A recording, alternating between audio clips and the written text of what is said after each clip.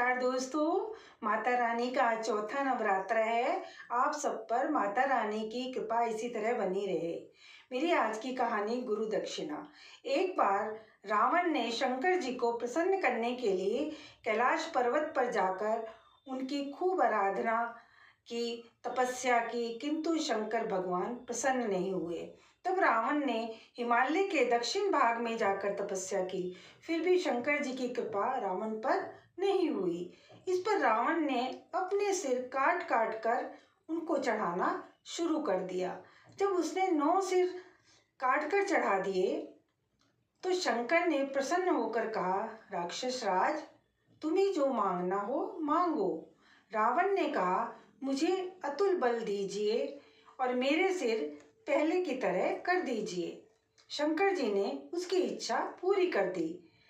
रावण को मिले इस वरदान को देवता और ऋषि बहुत दुखी हुए। उन्होंने नारद जी से परामर्श किया और पूछा, इस दुष्ट राक्षस से हमारी रक्षा कैसे हो सकती है।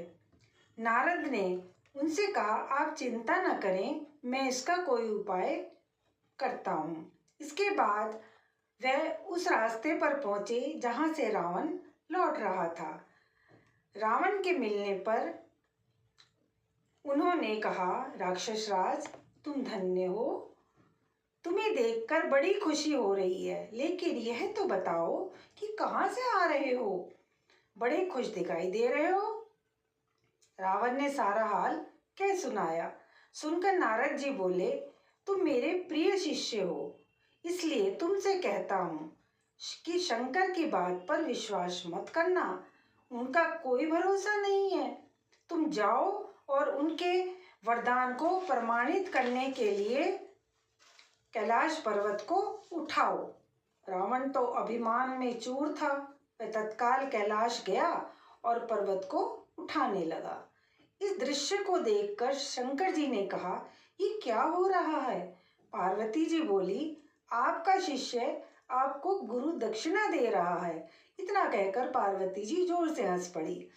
मदमस्त रावण को देखकर शंकर ने उसे शाप दिया, अरे दुष्ट, तुम्हें मारने वाला शीघ्र ही पैदा हो जाएगा। नारद तो यही चाहते थे, उनका काम बन गया। रावण कैलाश पर्वत को वहीं रखकर मद में उन्मस्त वापस लौट आया। सभी देवता और ऋषियों के चिंता का निवारण हो गया।